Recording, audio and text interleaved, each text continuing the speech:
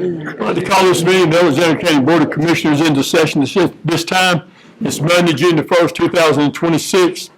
We'll have the invocation by Commissioner Kent Herman, and then we'll have the Pledge of Allegiance by myself, Larry Yoder. If you all would, please rise. If you would bow with me. Your Heavenly Father, just thank you for letting us come this way this evening. Lord, just be with us through this meeting, lead and guide and direct us. Lord, just thank you for everyone that's here tonight. Give them safe travel back home. Lord, be with all of our first responders, our deputies, highway patrols, EMS, and our fire departments. Lord, just be with our military, regardless of where they're at. Keep them safe. You return them back home to their families. And Lord, just thank you for everyone that's here tonight. Lord, just guide us and through this meeting and help us make the right decision, be pleasing in your sight for our citizens. In your name I pray. Amen. Amen. Attention, salute, pledge. I pledge allegiance to the flag of the United States of America and to the republic for which it stands, one nation, under God, indivisible, with liberty and justice for all. You may be seated. Does any commissioner have a report tonight?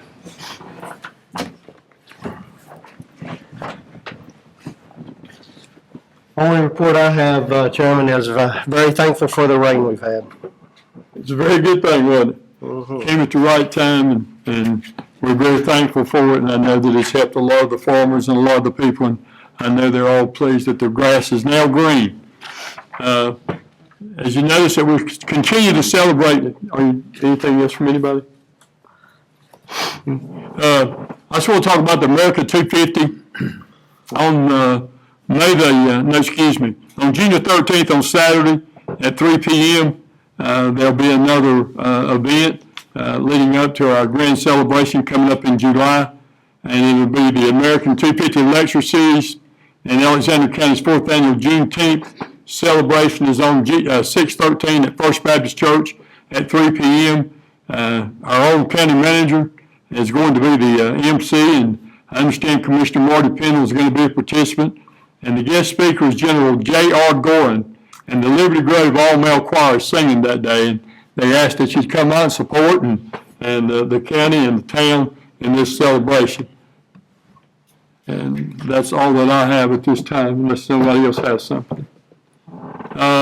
Gentlemen, you have the agenda as presented.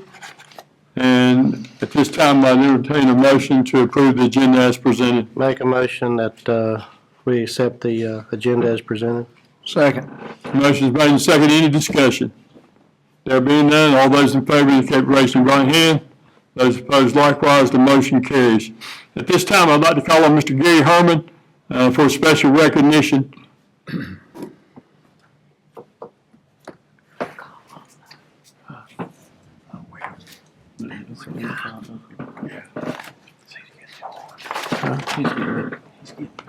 Well, this is somewhat embarrassing, but it's also a very big honor. So I'm going to let them say the majority of it, but just want to say how much I appreciate you guys for believing in me and having faith in my position, and everything's going well here in Alexander County. But I want to talk to Adam Gaub. He is the Communications Director for Gaston County.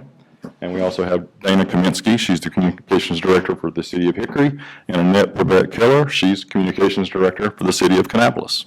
So apparently they have something to present to me tonight.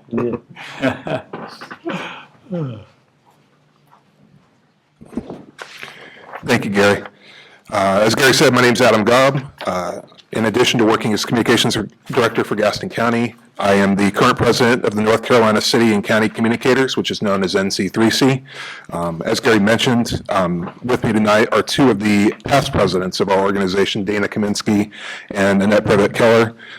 Like Gary, they've been members of our organization since it started nearly 20 years ago. This evening, we're here to present the Chris Colson Lifetime Achievement Award to Alexander County Public Information Officer Gary Herman. The Chris Colson Lifetime Achievement Award was created in honor and memory of Chris Colson, who was a founding member of NC3C. The award presented annually to one individual who demonstrates a passion for making a difference in the profession and in their community. The Lifetime Achievement Award honors an individual whose character, career, and service exemplify the highest standards of excellence. Gary has not only won awards for his work through our annual Excellence in Communications Award Program, he has also served on the board in the role of secretary and has helped take photos and record the history of our organization for future generations. He spent more than 20 years in local government communications, starting with the town of Newton before coming to Alexander County. Those who know Gary best describe him as a helper, a person that is always willing to give of his time, whether it be for his peers, for his church, or for his community. The three of us are very proud to call Gary not only a colleague, but a friend. And it is our honor tonight to present him with the 2026 NC3C Chris Colson Lifetime Achievement Award.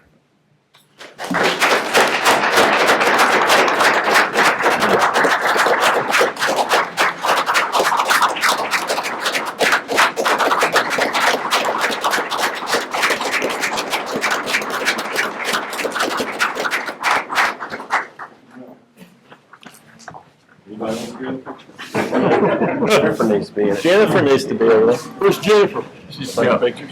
Yep.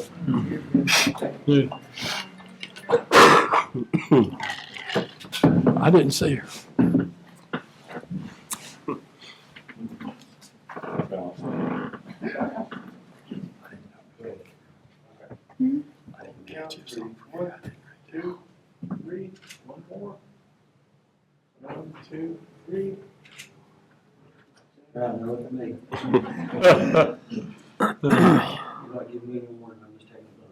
Yeah.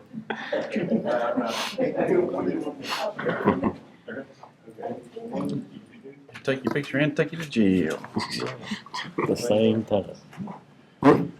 Gary, would like to hear something from you, but I'd like to make a statement about you. That's all right. I think it's outstanding. Yeah, I'm going to talk about you, my man. But I think it's great that you've been awarded this, and also the fact that you have served Alexander County very diligently in the job that you do. You've taken care of us as county commissioners, helped us write articles and catch up with year ending, and you've been a tremendous asset to this county. And for that, and the way that you go out whenever we have an event uptown or somewhere, or an opening, or the EDC puts on something, or anything that goes on with the county, you've always been there taking pictures and doing the things you could do to let people know about Alexander County. You've written great articles. You served, all I say is just very outstanding. And I totally appreciate you and the job you do, and the integrity that you've shown throughout the years in representing Alexander County, and also representing yourself and your family in the way that you do. And thank you for everything that you've done. Thank you, Chairman Mueller. I appreciate that. I really do. I consider it a privilege to work for Alexander County. This is my home county.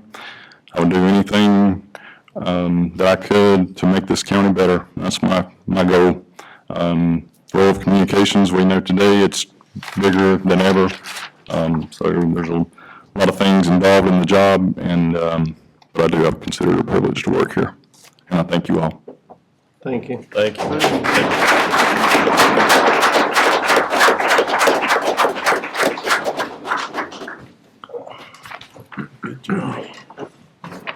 At this time, we'll have the public comment, and I think that we've had a couple of people that may have signed up. One gentleman couldn't be here.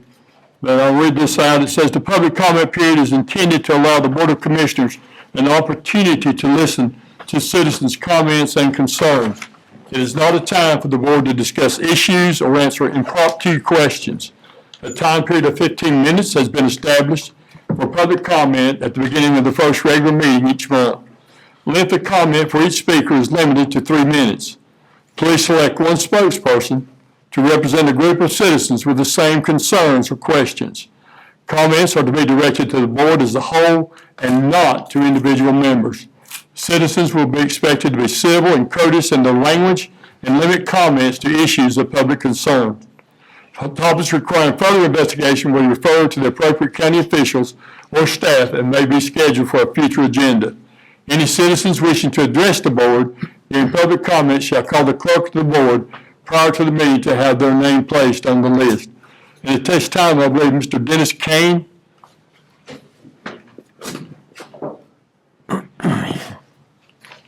And so that you'll know when you come up to speak, Also, the clerk will be doing the timing on the amount of time that we have to But speak. you have a red or green light somewhere where you She'll There you put her go. hand up, so, thank you.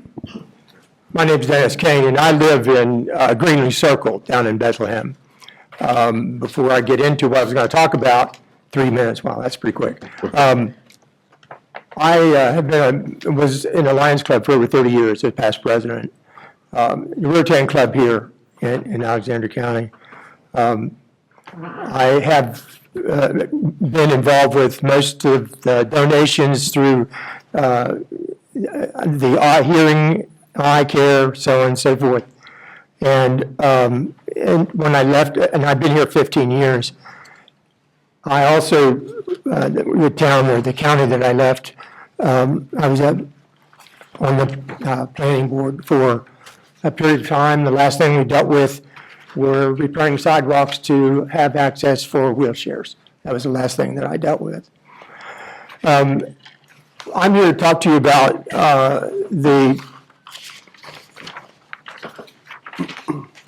get the right page here, the noise ordinance. The property where I live there in Greenlee Circle is adjacent to the Alexandra property, which is being developed right now. I have nothing against that. We knew at some point in time that wonderful 100 acres over there would eventually be developed in some way, shape, or form, and now it's happening, for the last year or so. The noise ordinance was written 21 years ago. And there's a section in here that talks about the fact that there's nothing that's supposed to happen noise-wise. It defines all the different things that you can do and can't do, get permits for, and so on and so forth. And it defines the hours of operation, which is you can't do anything between 11 o'clock at night and 7 o'clock in the morning. And I'm sure that when it first got started, all the contractors and the people that were involved were getting used to doing the things that they normally do. And there were a few times where they started a little too early. And 6:20 is not the right time to start your dozers up and start cutting down trees and waking the neighborhood up. And so I made a call, and I called one of our commissioners, and the commissioner got a hold of the county lawyer, and the county lawyer contacted the developer, and it was taken care of. In other words, from that time on, with the exception of maybe a cowboy or two that wanted to get on his dozer, most of the time it started around 7 o'clock. And so we're very appreciative of that. And I don't know if the county lawyers here or not. Thank you, sir, for taking care of that. What I'm here to ask about is, if you probably don't have this up on your computers, but on the section noise generally, particular noise, it's item number 7. And it says here that, Sir, I'm sorry, but your 3 minutes are up. I'm sorry? Your 3 minutes are up. Okay. Do you I'm have sorry. something in writing that you could give to me, and I'll If you make give sure to her, that she'll they... pass it on to us if you'd like to give it to us. I'm done. Okay, thank you, sir. And I think we had one that was mailed in, and the clerk is going to read that at this time. Thank you, Mr. Chairman. This is from Patrick White, who is our former elections director. He says, "Dear members of the Board of Commissioners, I am writing to offer suggestions to strengthen the county's budget process and promote greater transparency and public accessibility. The annual budget is one of the most important policy decisions made by our county government. More than a financial document, it reflects the county's priorities, values, and long-term goals.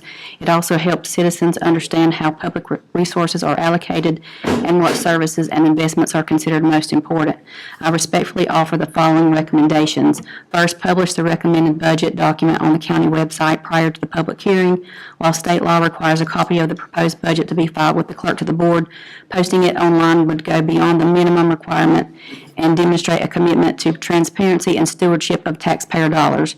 Providing citizens with easy access to the budget would allow more time for a review and a better understanding of the county's financial plans before a scheduled public hearing. Second, consider setting a goal of achieving the Government Finance Officer Association Distinguished Budget Presentation Award. This nationally recognized program honors local governments that demonstrate excellence in budget transparency, communication, and financial planning. Pursuing this goal would help further enhance the clarity, accessibility, and usefulness of the county's budget document while aligning the county with recognized best practices. Finally, consider holding budget work sessions in the Commissioners' meeting room so they can be broadcast and recorded. Budget work sessions are among the most important discussions held throughout the year, and making them more accessible would allow citizens who cannot attend in person to follow the process and better understand the reasoning behind budget decisions. Thank you for your consideration and for your service to the citizens of Alexander County. I appreciate your willingness to consider ideas that can strengthen public confidence and engagement in the budget process. Thank you. Item number 8 on the agenda is public hearing rezoning case RZ-26-03-Simpson, Amy Buckman, County Planner. And at this time, gentlemen, I'd entertain a motion to open the public hearing. Mr. Chairman, I make a motion that we open public hearing pertaining to the rezoning request. Second. Motion's made and seconded. Any discussion? All those in favor indicate by raising your right hand. Those opposed likewise, the motion carries. Right. Thank you, ma'am. Thank you.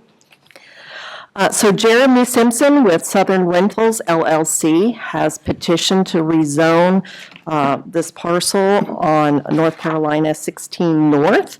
You will recognize it as the former convenience center.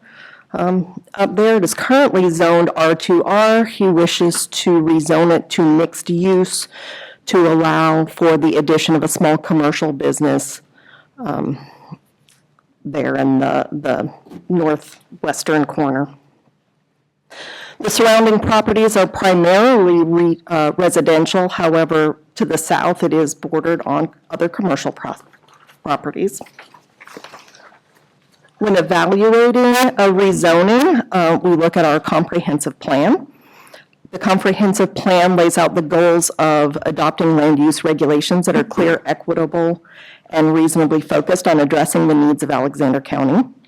To promote the development of a diversified and balanced mix of land uses in the county, direct growth to areas where essential services and infrastructure are present, and protect sensitive natural areas and key historical, cultural resources from extensive development, and aim to mitigate common negative impacts of new development.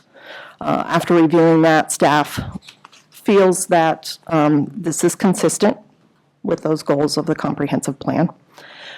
When looking at the future land use map, you will see that this area is located in our rural transition area. In the rural transition area, residential densities are lower than in the urban areas. So it's primarily rural in character, but it does contain pockets of higher density residential as well as commercial development. We also look at whether it is consistent with the Alexander County Land Development Code.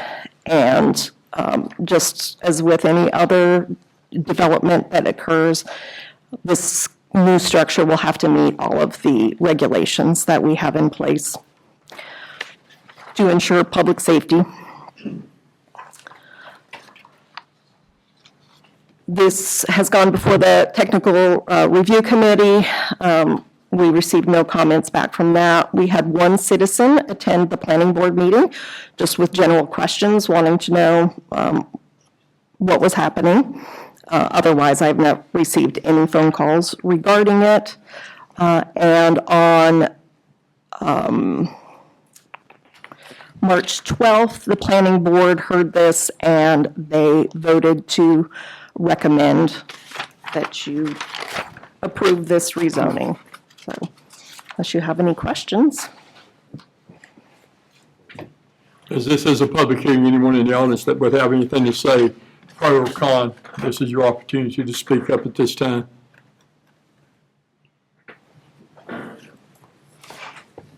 Sir, if you don't mind, when you come up, if you would, just state your name, please. Thank you. I'm Jeremy Simpson, and I'm a co-owner of Southern Rentals. And just a couple comments about the rezoning.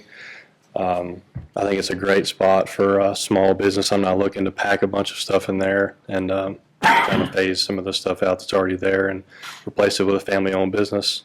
I'd be happy to answer any questions or comments anybody has about it.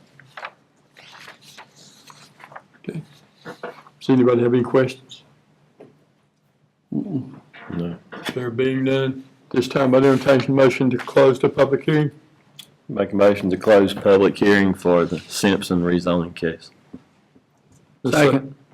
Motion's made, second. Any discussion? There being none, all indicate by raising your right hand. Those all opposed, same. Motion carries. Gentlemen, what be your pleasure? Make a motion that we approve the public hearing rezoning case RZ 2603 for the Simpsons. Second the motion. Okay, motion's made and second. Any discussion? There being none, all those in favor indicate by raising your right hand. Those opposed likewise, the motion carries. Thank you. Item number 8 on the agenda. Public hearing for fiscal year 26-27, Alexander County proposed budget. Justin Mundy, County Manager. Thank you, Mr. Chairman. So I believe tonight we have a slideshow that was prepared with some visual representation, but just a few minor changes from the May 18th proposed budget. So just to summarize, the general fund proposed budget is $62,798,329. Fund balance appropriation of this amount is $6,136,231. And like we discussed before, this is historically not used, but it is, to balance the budget. There is a proposed tax rate decrease of 2 cents in this proposed budget. For personnel, we have included a 3% COLA for all employees, money for salary study adjustments as needed, a merit bonus opportunity, and then for capital outlay, we had our major items, EMS Station 2 project and other equipment in the amount of $341,000, a courthouse chiller in the amount of $200,000, 4 vehicles for the sheriff's office in the amount of $191,000, CVCC paving and HVAC replacement for $190,000, various department vehicle requests in the amount of $168,000, maintenance, building and grounds improvement equipment in the amount of $146,000, animal services renovations, a spay-neuter clinic in the amount of $100,000. So those were the capital outlay items for the general fund. And then Alexander County Schools total request $8,426,361. This is an increase of approximately $348,000 over the current budget. So we'll go through the slideshow now. So as you can see, revenues on slide 1. We're not unlike anybody else in the state. County-wise, the majority of our funds comes from property taxes. That makes up about 43%. Those total $26.87 million. Sales tax is the next largest at $14.76 million. Sales and services, approximately $5.88 million. State grants, $3.5 million. Federal grants, $1.2 million. Like I said, fund balance appropriation, $6.1 million. And then the other remaining items, about $4.4 million. On the expenditure side, public safety is our #1 expenditure. That comes in at 33%, dollar amount $20.9 million. Human services at 22%, dollar amount $13.8 million. General government is $9.8 million. Education, $8.9 million. Interfund transfers, $3.6 million. And then all other remaining items at $5.6 million. So this breaks down our public safety expenditures. Totals $20.9 million. So EMS makes up 35% of this at $7.3 million. The sheriff's office is 27% at $5.7 million. Detention center 20%, $4.1 million. 911 communications, $1.8 million. And then all other expenditures in the public safety is $1.9 million. For human services expenditures, DSS makes up approximately 63% of this at $8.7 million. The health department is approximately $4 million. And then the other departments in this category is $1.1 million. Education expenditures, Alexander County Schools makes up $8.4 million, CVCC $349,000, and then fines and forfeitures at $125,000. And the good news is, general fund, we're debt-free, so our only debt is currently in the water sewer fund. Water debt is $654,000 payment for this upcoming fiscal year, and sewer payment will be $280,000 for fiscal year '27. So that summarizes the general fund and then the debt. Now, fire department's projected tax rates included in this budget remain the same. So Bethlehem remains at 6 cents. Their total allotment $763,000 approximately. I'm just rounding. Wittenberg 7.5 cents, $424,000. Hidnot 7.7 cents at $400,000. East Alexander Stony Point at 8 cents, $241,000. Ellendale 7.8 cents, $285,000. Sugarloaf 11.4 cents, $272,000. Central Alexander 8 cents, $383,000. Vashti 12.2 cents, $181,000. That's a total of $2.9 million in fire tax revenue. Other funds, our reval fund, $307,000. Port fund total is $446,000. School capital improvements, $10.5 million. 911 communications, $617,000. Debt service, like we talked about, $934,000 for water sewer. Total water sewer fund is $4.56 million. Total solid waste landfill fund is $2.484 million. Solid waste convenience sites, $338,000. Landfill closures funds, $170,000. And total of all these funds is $85,443,469. And that concludes my presentation, and we'll be happy to answer any questions. Gentlemen, at this time, I entertain a motion to open the public hearing. Mr. Chairman, make a motion that we open the public hearing pertaining to the 26-27 county budget. There was a second. Motion's made, second. Any discussion? All those in favor indicate by raising your right hand.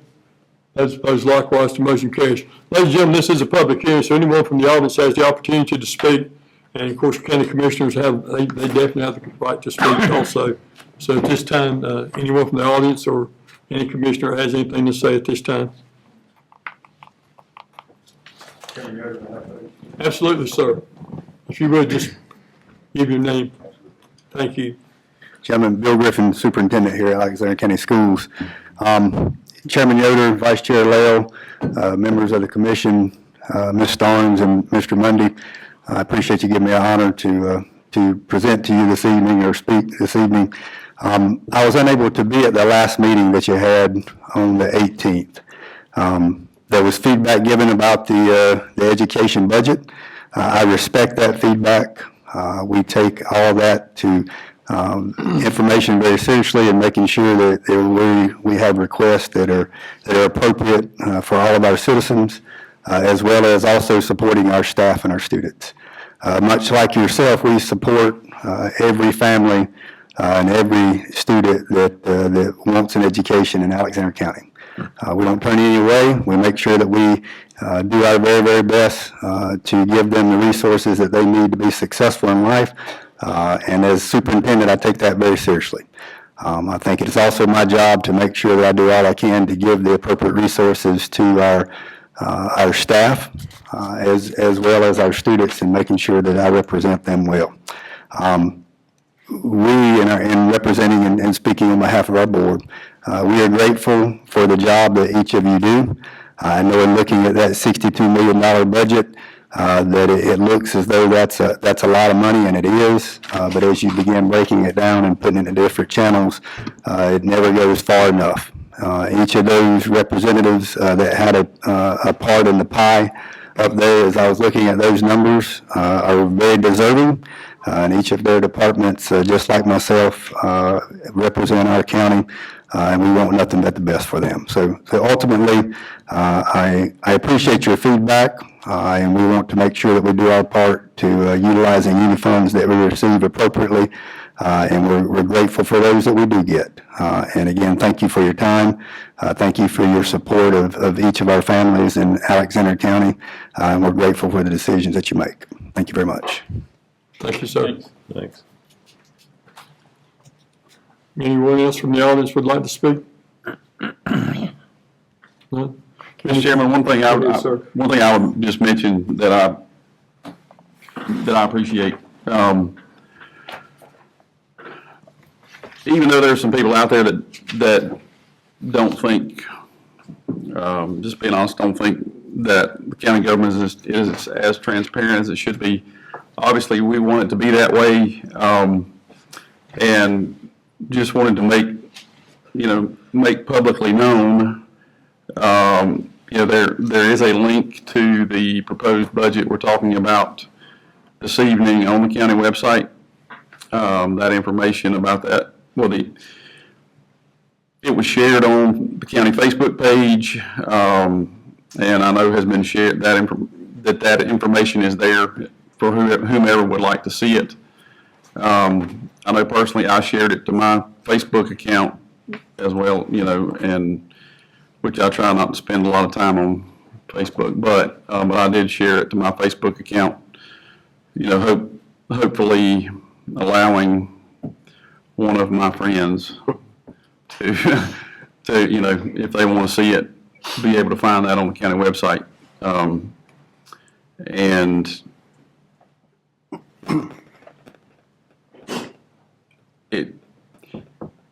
on the other side of that coin, we hear a lot that, what do I get for my taxes? What do I get? Those kind of questions. And I look out here right now, and people may not, the public may not like me saying this, but if you have concerns about how what property tax rate is here in Alexander County and or what the money is used for, this was the opportunity to be here. And most of the faces I see in front of us right now are familiar faces. And, that's somewhat frustrating to me because I would just say we take very seriously handling public money. And I would say we get the most, we are chastised most pertaining to county budget and taxes. And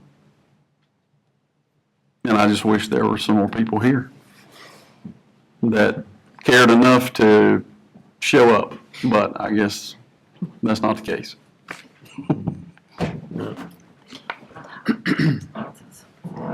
Thank you, Commissioner. Is anyone else? I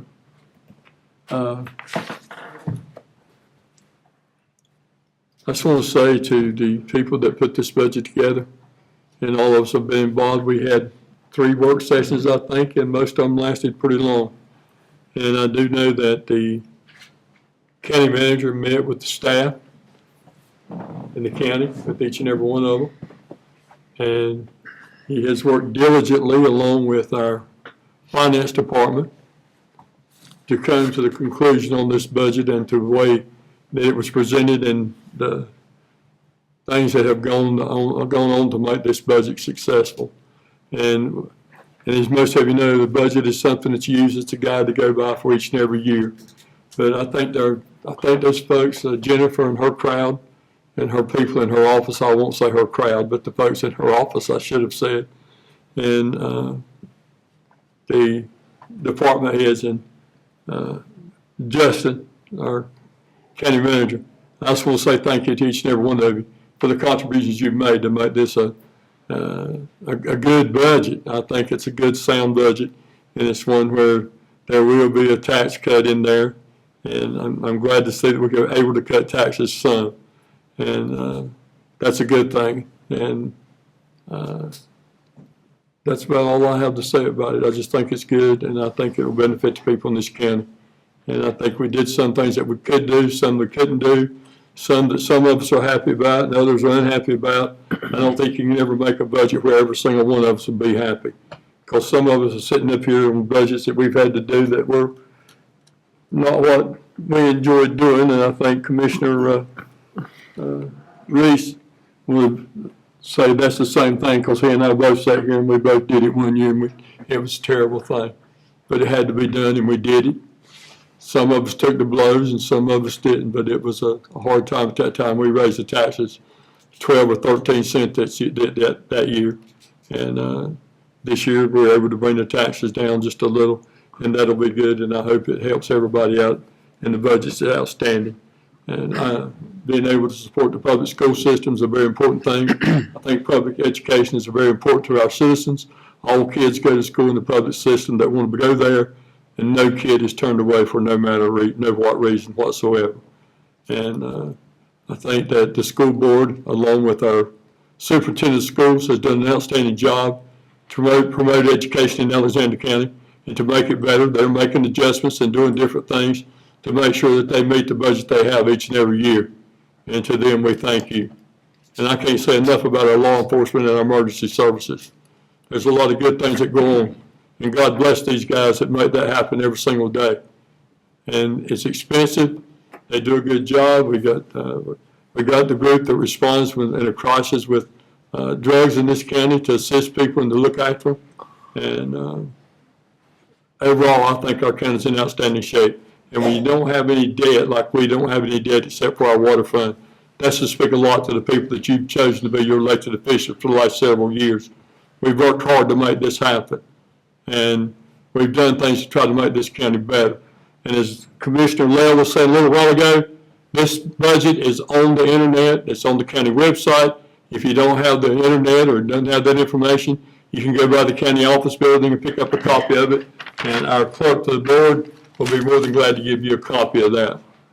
And thank you, and that's all I have. Anybody else? Mr. Chairman, in looking through the budget, we've looked at it multiple times throughout this process. We have lots of entities and departments that, of course, are very deserving of even more. But not to exclude our citizens, they deserve more. That's why they elected us, or whatnot. But I think this current board has been very diligent in the money that is brought into the county through taxes and revenue and other streams of revenue. And as a testament of squeezing every penny to just a little bit more, that is why this county is sitting debt-free in the general fund currently. It's not because this board has been very loose with the pocketbook, so to speak. And in the meantime, we have been able to provide, some parks and other matters throughout the county to bring up the quality of life. And people in the county, I can remember when I first became commissioner 7.5 years ago, and when I was running at that time, biggest concerns folks had out there in the community was, hey, we want something for our families to do. We want our quality of life brought up, period. Don't care, make it happen. And this board's done that. And at the same time, like I said, we went debt-free. And also 7.5 years ago, 8 years ago, our fire departments were behind the 8 ball, so to speak. I don't think that they had experienced any type of additional funding in the previous 15 years. I could be wrong on that exact year, but it's close, maybe longer. They have received increases, I think, every year. I'd have to check the budget on that, whether it was through general fund funding directly to the fire departments or tax rate increases on the fire tax at their request. Also on our law enforcement and our emergency personnel, this board has been able to bring those pay scales up to par or get them as close as reasonably possible for our county multiple times with a large one last year. And this board still did that, Mr. Chairman, with keeping our going debt-free in our general fund. Our staff, we've done, we've been able to do the COLAs, been able to bring on the bonuses, also been able to decrease premiums on insurance and drop deductibles, things of that nature, and give a better coverage. We've also been able to bring internet into the rural areas of this county, which was desperately needed, and that job is left to be undone. So I hope somebody will follow up on the internet for the kids of the county and push that on through to cover the entire county. It's just unacceptable, in my opinion, not to have that to every portion. As far as the tax rate goes, this is where our citizens come into play. Our citizens have borne the brunt of making all this happen. And it's my intention to reward our citizens more so than a 2-cent tax reduction on the tax rate. If a tax value is $200,000 on a property, 1 cent, I think, if my math is correct, is $20. So in essence, we're getting a $40 reduction if the taxable value of the property that's being taxed is $200,000. A 5% tax rate reduction would be a $100 bill. I'll let the other commissioners decide whether or not that's acceptable or not, but I do believe that it's the year of giving back to the citizens. In my opinion, like I said, they are the folks that make up Alexander County. This government doesn't. The entities don't. The citizens make up this county. I know there's been a lot of rhetoric about, the subdivision, and I do agree with Mr. Kane. People ought to be mindful of when they start work with construction equipment around other dwellings and subdivisions and stuff. I get that. But without some growth, you will never get a tax rate decrease. And without that growth, you'll never be able to move Alexander County forward and start providing additional items to the citizens. So for one, I do hope that they finish that subdivision, and no, Marty Pennell does not make 1 penny off of that. Make sure everyone hears that. However, without growth, everyone's tax rate will go up. That is a guarantee, promise, period. Growth has to come from somewhere. We do not have industry knocking down Alexander County's door to be here, even though that our EDC is working on that diligently, and they understand the high expectations this board has for them to perform. And it's not like Alexander County has had subdivision after subdivision occurring over the last 10, 15 years either. New growth will also help our school systems. The more people you get here, of course, brings in a percentage of kids of some sort. I don't know what that percentage would be. Not everybody's going to be a baby maker.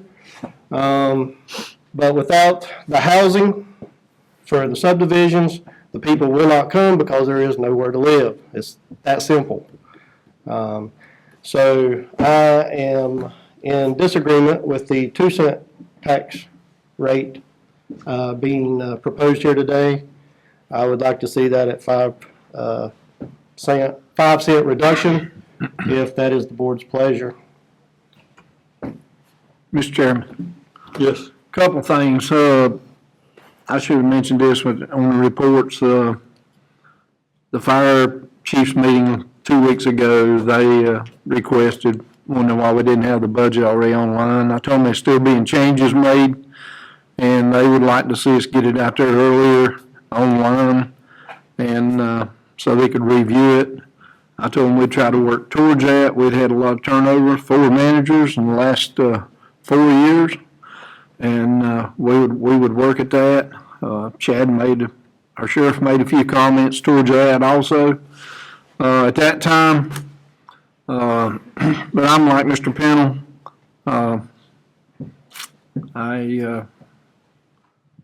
I feel like we ought to do a little more for the citizens, and I'd like to see the 5-cent cut myself. Mr. Chairman, if I can speak. You mentioned too about the times that we've come on. I've been in this when there was, it was really tough situations and a lot of bad decisions and hard decisions to make for Alexander County. But I think we're sitting right now in a pretty good position. I know last budget year, I think we put money back into the fund instead of taking anything out. Things are costing more. And, our citizens, just as has been said already, that's where we get the money to pay for anything that we do. But personally, I do support 5-cent decrease in taxes. And I know we've had some talk on building permits. I would like to see residential remain like it is. If we raise anything, raise commercial. Anybody else? Anyone from the audience?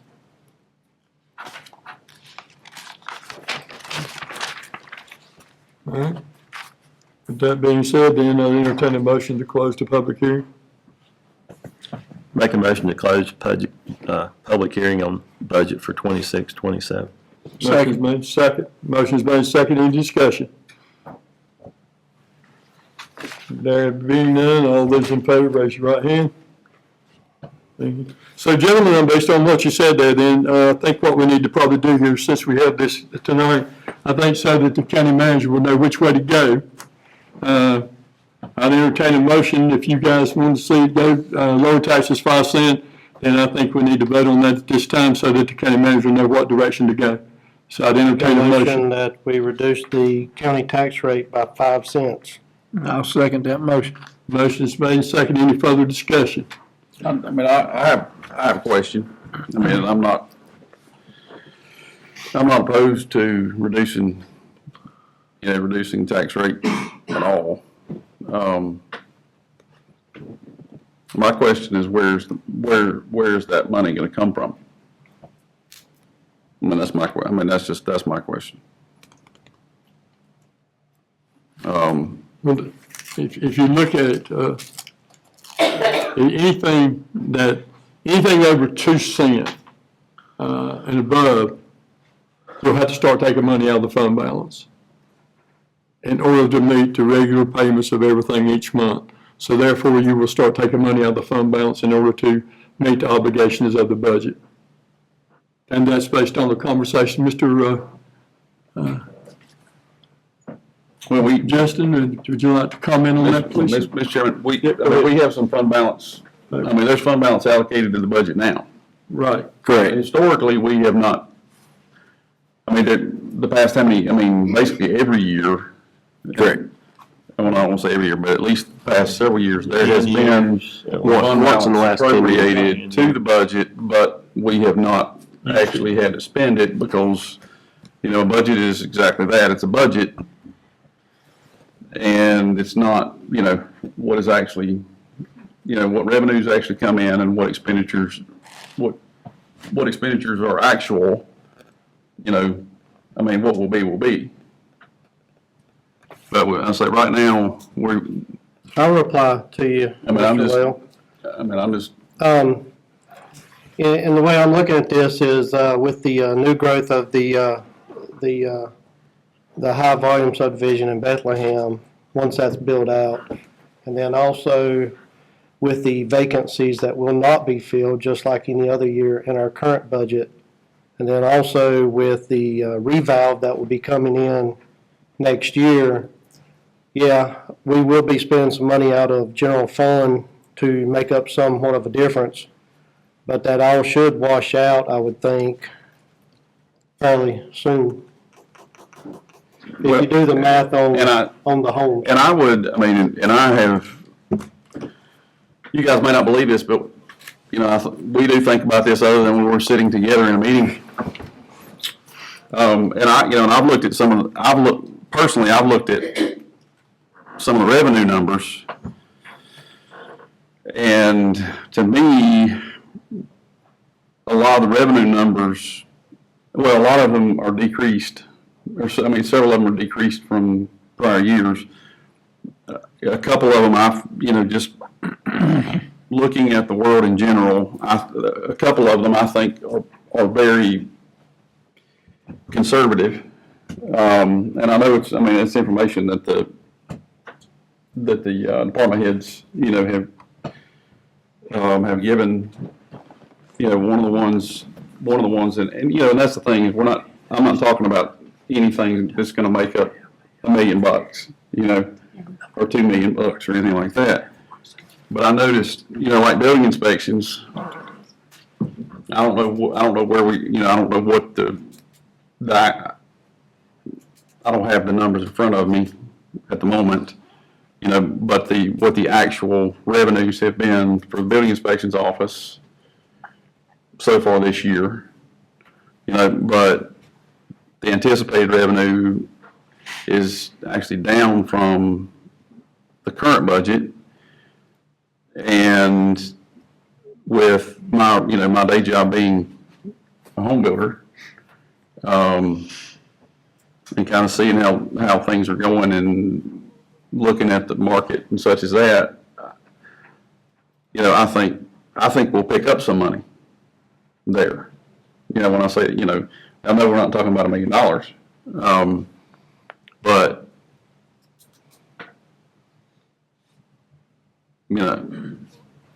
another thing that, like in the presentation, and pie charts, which are great because I'm very visual. Property taxes, I don't remember the percentage, 37%, something like that. 43% of our total revenue. I would beg to say, if you polled 100 average Alexander County citizens, they think property taxes is the only revenue stream for the county. I don't say, not all 100, but I would say, I'm not really a betting man, but I am on occasion. I'd say at least 8 out of 10 people, don't have any clue. And I don't mean that, I don't mean that in a derogatory way, but property taxes thought to be that's what pays for everything. When it actually only pays for 43% of stuff. And when you look at, actually, I was having a conversation with a guy sitting in my office, a good friend of mine, and we were just talking about this, and I said, and we were talking about the county budget, and he's a farmer and a taxpayer, and I said, hey, we're looking at, the total budgets, and I had this information you'd sent us, total budgets, we're looking at $62 million, and, property tax is only, whatever it was, 26.8 million of the 62 million. And, and he was kind of like, okay.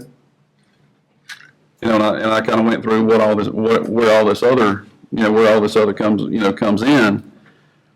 And kind of like Commissioner Pennell said, if we don't have some growth, when 1 cent on property tax rate is only $400,000, and you look at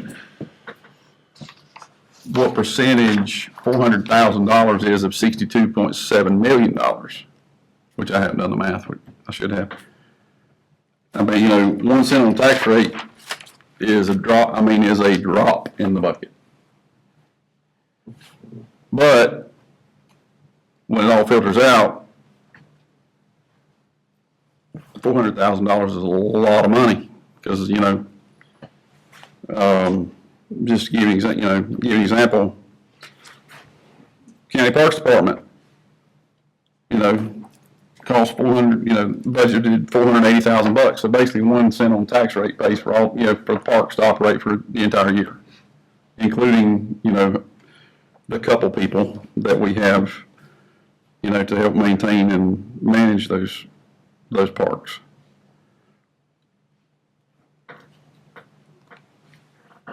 And I had a conversation with one of the other commissioners, and I'm kind of, we've trimmed and trimmed and trimmed and trimmed, and I'm very proud of how we've trimmed the budget and spending. But personally, I want to do what's best, what's best big picture. And, I do think we'll have, like Commissioner Pennell said, I do think there will be there may be more growth in the next year than some people anticipate. There may not be, I mean, that's one of those, you kind of throwing darts at some things.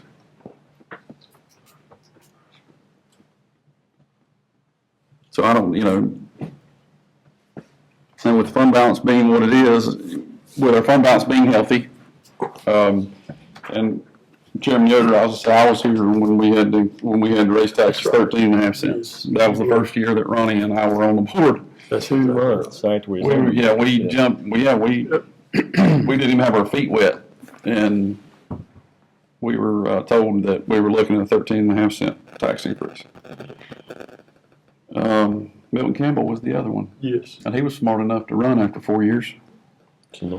Yeah. No, I mean like to run away. Yeah. Not to run for re-election. Yeah. Yeah. But, and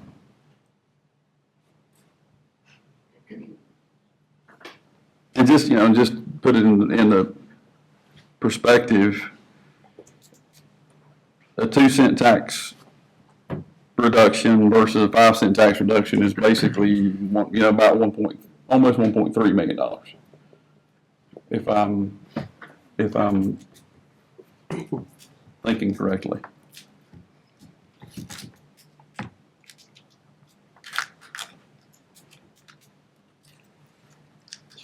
And so I don't. Okay. So I don't know. It's not, Anybody else? I don't know what's the best thing to do.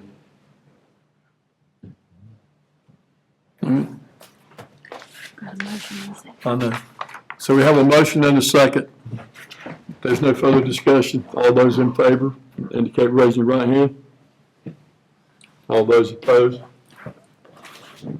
I gotta be one of the other ends. Okay. So which one were you? Opposed?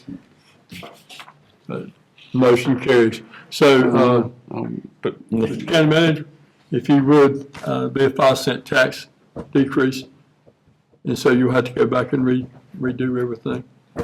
The question, gentlemen, I think since, we're gonna cut the taxes 5 cents, do you feel like we should have another work session to discuss some of this other stuff as far as the fees and all that? Because I know we just got them on Friday, I think it was. So, I just asked, when Elaine, Mr. Chairman, one thing the fee schedule, I would love to have, and I don't, and like, I see Ms. Bill Walker out there who's, health department guru, and and I'm sitting here, and I don't want to ask for extra work, but like, changing this, changing the fee for whatever from, $65 to $80, how much, what's that gonna mean? You know what I mean? What is that? Are we talking, okay, but there are only 4 of those a year, so we're talking $80, or are we talking, or is that something that, or were there 487 of those? I mean, I guess what effect, what effect on revenues would changing, would the fee changes make? If that makes sense. I understand what you're saying. I can't answer the question, Right. no. Because I feel kind of like, Mr. Reese, we had a like one of the fees to be changed, and this is something that doesn't come up ever, or not ever, but very often, but the fee for inspecting a cell phone tower. I definitely don't feel like we need to be just super generous to the cell phone companies, who are wanting to put up a cell phone tower. I think the fee for that should be I think that should be pretty beneficial to the county, if you ask me. But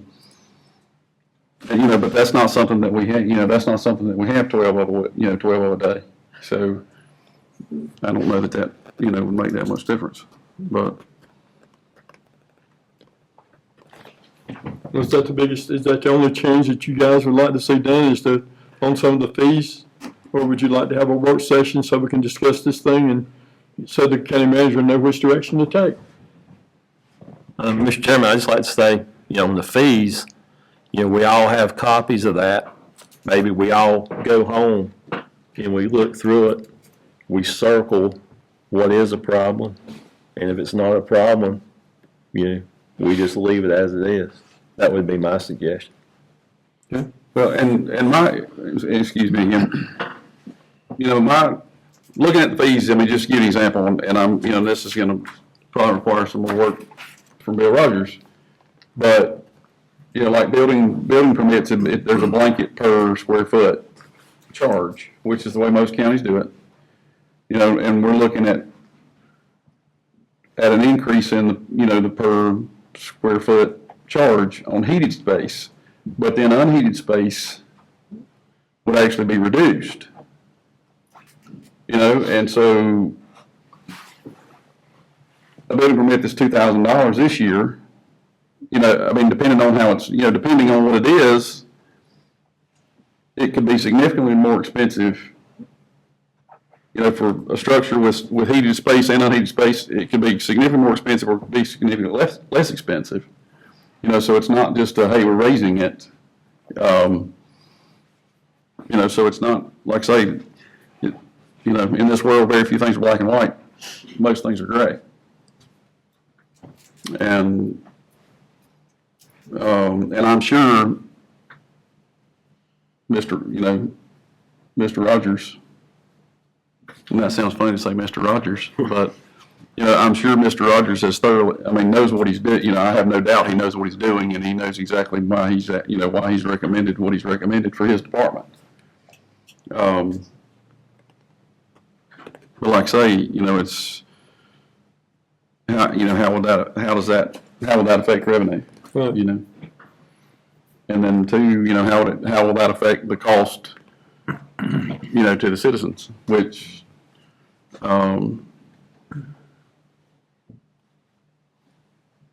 So, from what I'm hearing, how the rest of you feel about that? Do you just want to look at them like Commissioner Reese was talking about, and look at them and then call the county manager and give your opinion about what you think about them?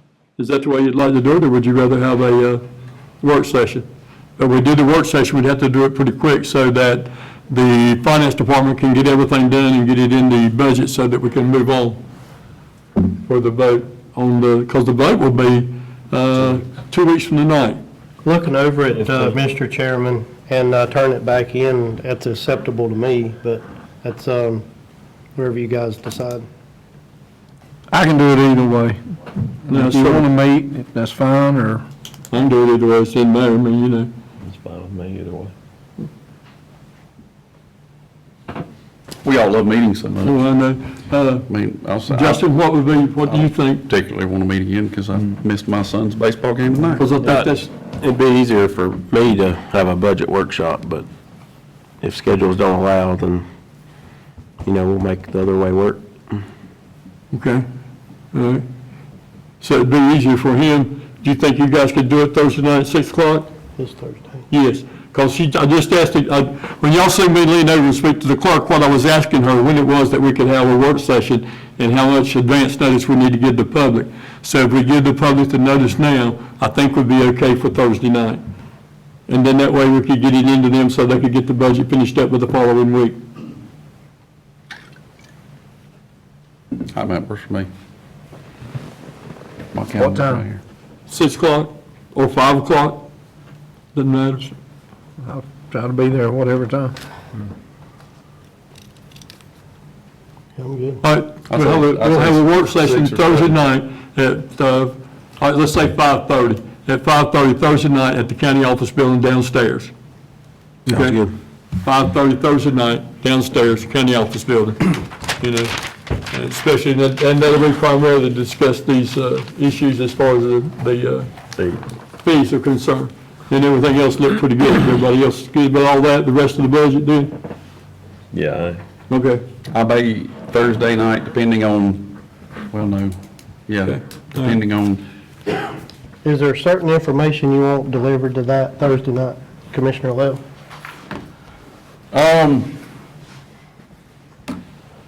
well, to be real honest, depending on how the 7-8 ball game goes, I may be earlier, I may be late Thursday because my son's team might be in the championship and I missed a game tonight. I missed a game last time we were here. And so,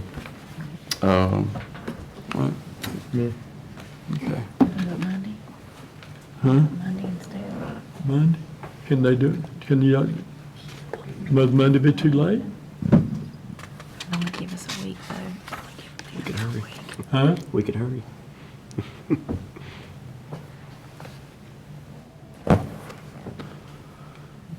Excuse me, Jennifer, with Monday night, would that give you plenty of time?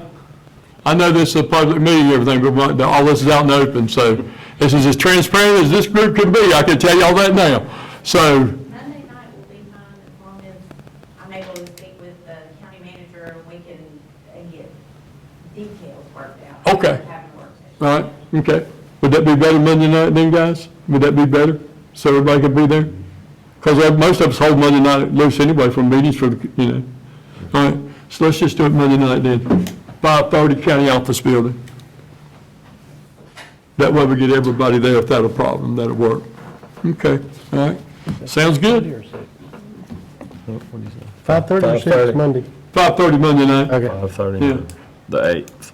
Date, yes. Mhm. Is that all right? Yep. Everybody's good?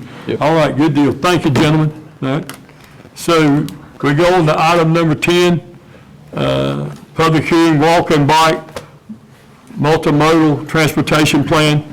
Patrick Breach, Planning Director, and at this time, gentlemen, I'd call for this to be a public hearing. I'd ask for a motion to open the public hearing. Make a motion to open the public hearing for walk and bike multimodal transportation plan. Second. Motion is made and seconded. Any discussion? There being none, all in favor indicate by raising your right hand. Motion carries. Thank you. Thank you, Commissioners. Tonight, we want to present to you the Walk and Bike Alexander County Multimodal Plan. This plan is a long-range guide that will help provide our county, hopefully, more security and connectivity for pedestrian and bicyclists. This was funded in partnership with the Department of Transportation, and we've been working on it for over a year with McAdams, a very distinguished design firm here in this state. I'm going to turn it over now to Kenny Armstrong from McAdams, who is going to walk you through what this plan will do. Thank you, Patrick. Thank you, Chairman. Thank you, Board. I appreciate the time to speak with you. I know it's getting late. I want to echo what Patrick said. This plan was funded from a state grant from the NCDOT, and it doesn't come out of the general fund.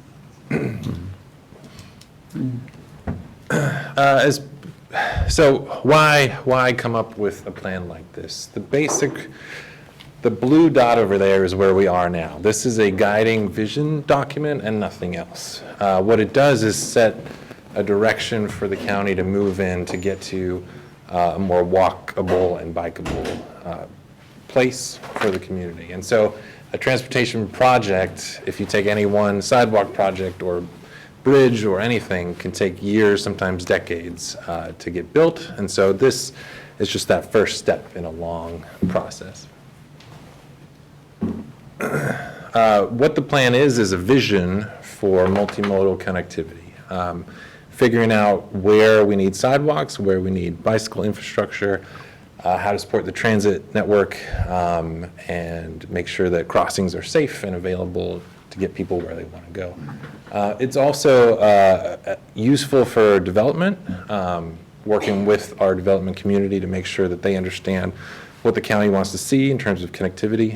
And the most important thing this plan does is positions the county for future funding. So it makes the county eligible for certain grants, and certainly with the DOT, which is, they funded this plan because they want to know what the county wants in terms of bicycle and pedestrian infrastructure. And so what this does is sets the stage for when the county comes in to do a roadway project, they know what the county would like to see.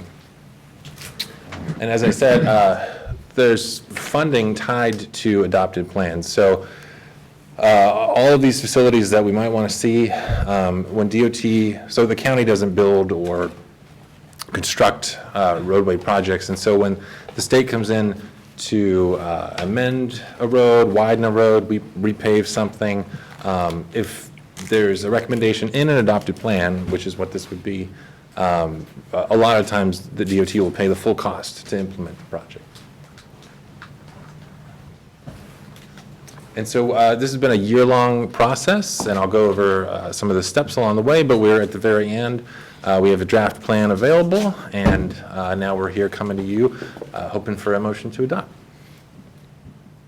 The first thing we did when we started this plan was to look at all the other existing plans that are out there. There's community plans, there's regional, there's state plans that all have recommendations for bike and ped infrastructure in the county. And so including the comprehensive plan, which sort of has that overarching vision of how do we improve connectivity, improve safety, and leverage state funding to get these things built.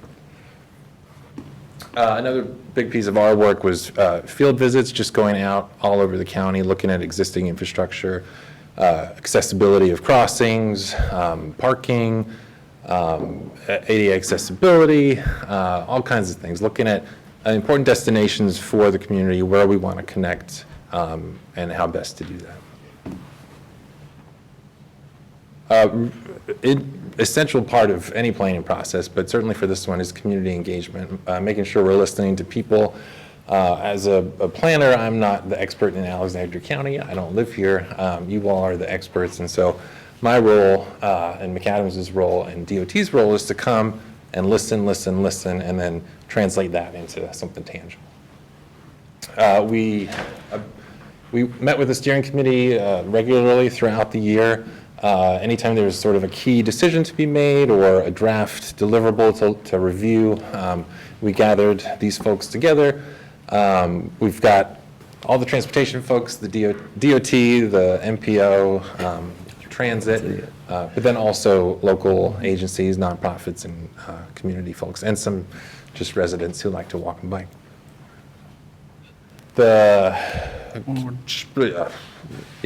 That whole thing on the right shows you all the steps we took in terms of promotion. There's stakeholder meetings, there's public outreach, and then so we started at kickoff, and now we're down to presenting to you all. We presented to the planning board in May, and they recommended adoption.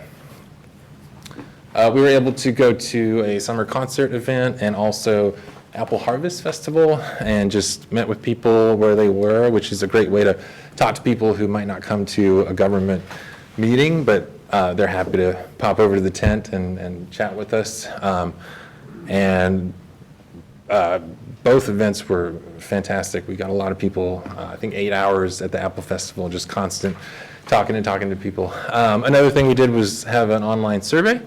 We promoted it on the Greenway transit buses and at some of the parks like Wittenberg and the Courthouse Park.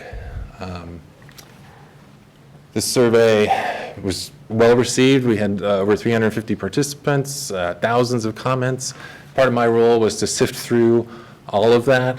And one of the things that that helps you do is certain things rise to the top. You hear some commonalities. You hear, I'd like to be able to walk to Walmart. You hear that over and over and over again. And so it helps us kind of weed out some of the projects we were thinking about if they're not as relevant to the people.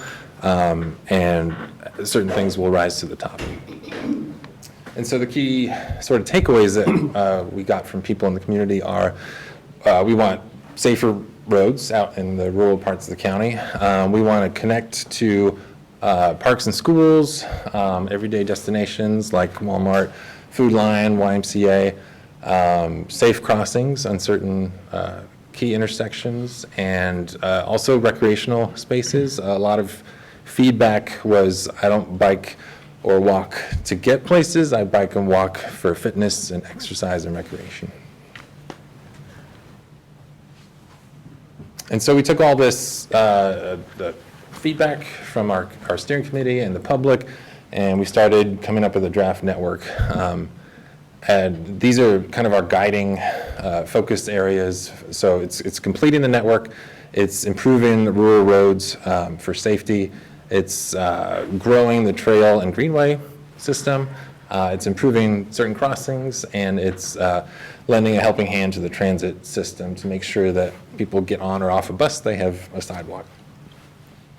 And so these are some of the facilities we looked at for pedestrians at sidewalks and crossings. For cyclists, it's we don't have any bike lane recommendations because there's certain things that, certain trade-offs that we weren't quite willing to make. But for cyclists, just widening the shoulder of the road, having a paved side of the road for people to get on. And then for both cyclists and pedestrians, we have off-road greenways and we have multi-use side paths, which are paved trails along the side of a road.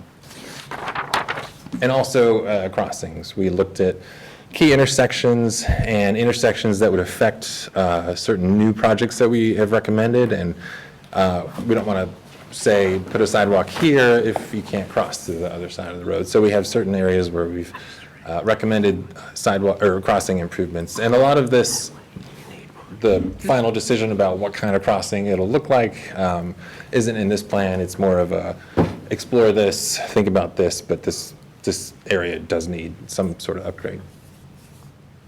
So we took all of that, community feedback, looking at gaps, figuring out what the key destinations are, where we need safety improvements. So we looked at the bike and ped crash rates and other factors like that, and coming up with a system that works together. So does the transit network feed into the sidewalk system?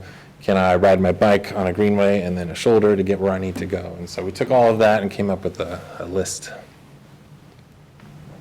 And then we went through that list and cut stuff, things that were infeasible, possibly too expensive, didn't have enough oomph to make it worthwhile. And so the projects that scored really well in connecting like a school to a park, had a lot of public support. We heard a ton of people mention in the survey. The steering committee was really excited about it.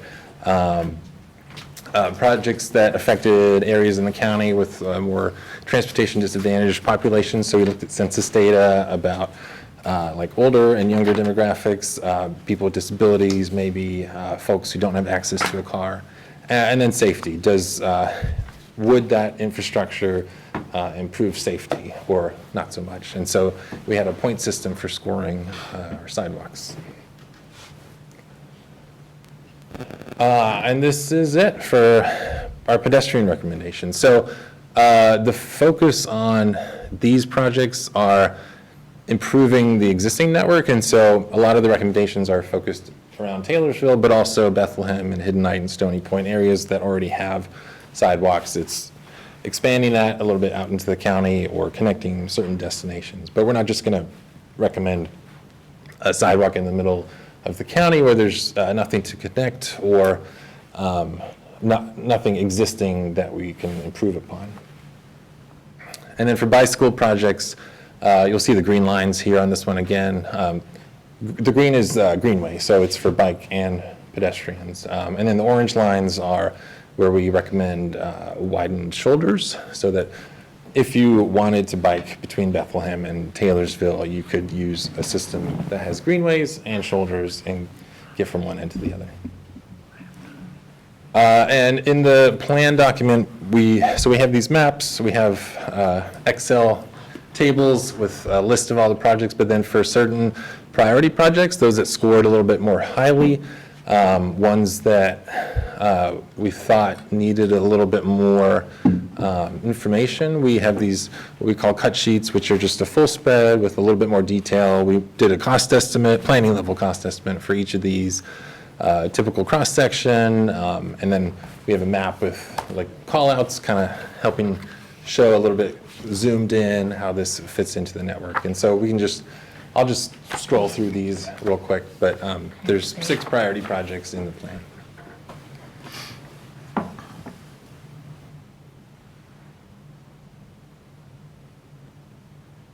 You can just keep on going.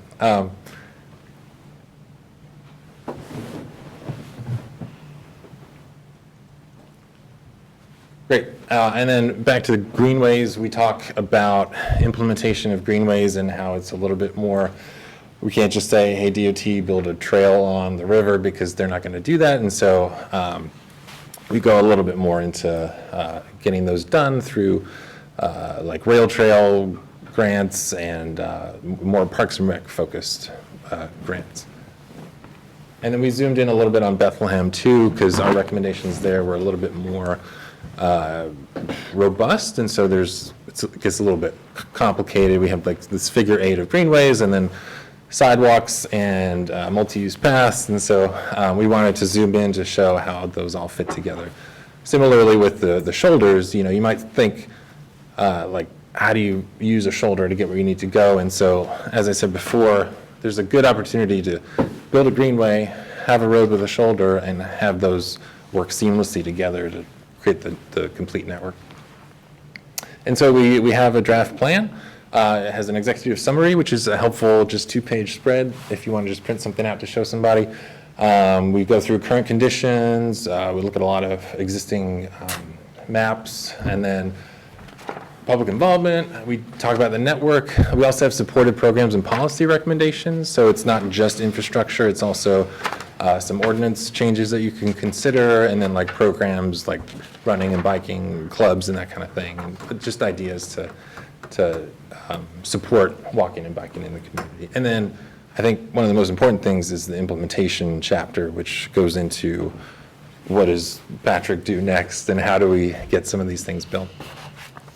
And so it's all about partnerships. Again, this is a DOT-funded plan. They want to hear what Alexander County wants for their roadway system, and of course, Taylorsville is an important partner. They will get a copy of this plan too. But then also all the regional partners that might want to help, the business community build sidewalks. Land trusts can conserve land to help build greenways, and so there's a lot of different partners involved in implementation. And just to point out again that this plan it doesn't fund anything, and it also doesn't hamstring you all to make certain decisions. All it does is provide a blueprint, a vision, and some helpful implementation ideas to kind of get the ball rolling on this. And like I said before, it positions the county to be able to pursue grants to get a lot of this done and make sure that DOT knows what the county wants on their roads.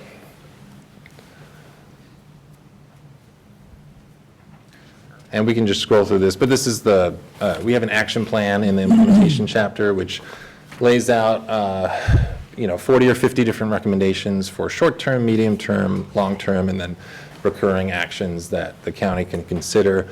These are all those supportive, policies and programs that the county can build on, can improve upon, or can start. And some of those are just make sure we're talking to DOT so they continue to know what we want.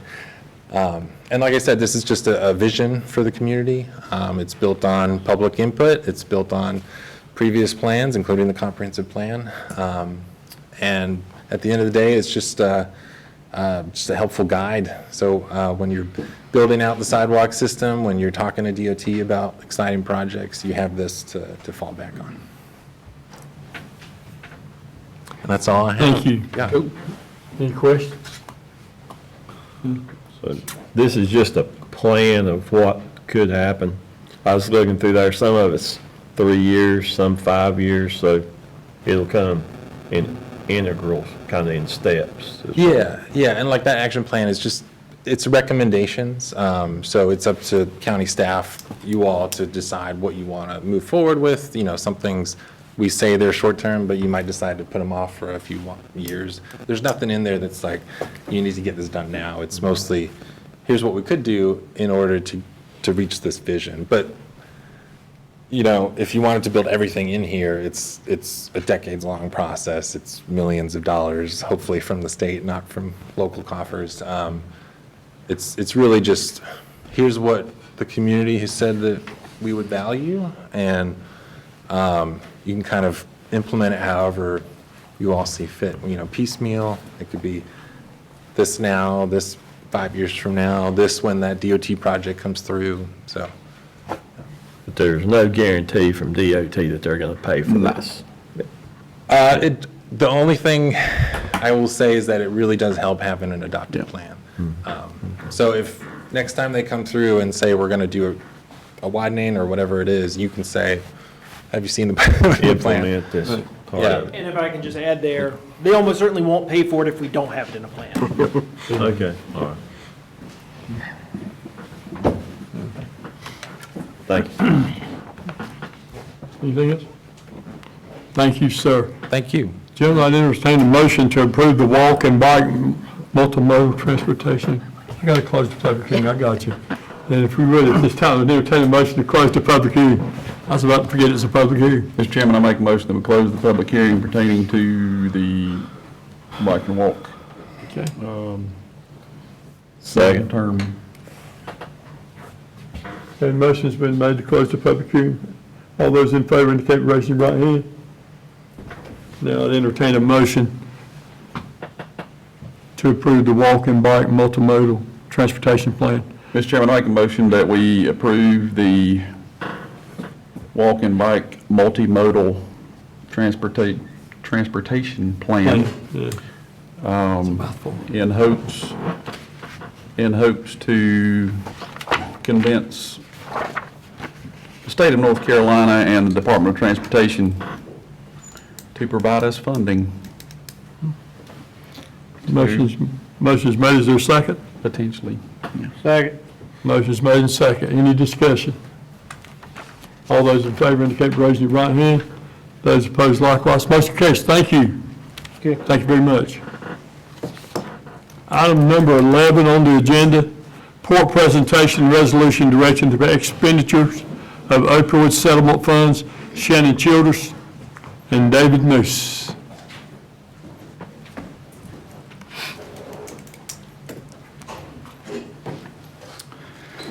Good evening. Thank you for the opportunity to give you an update on the current status of the Alexander County Support Program.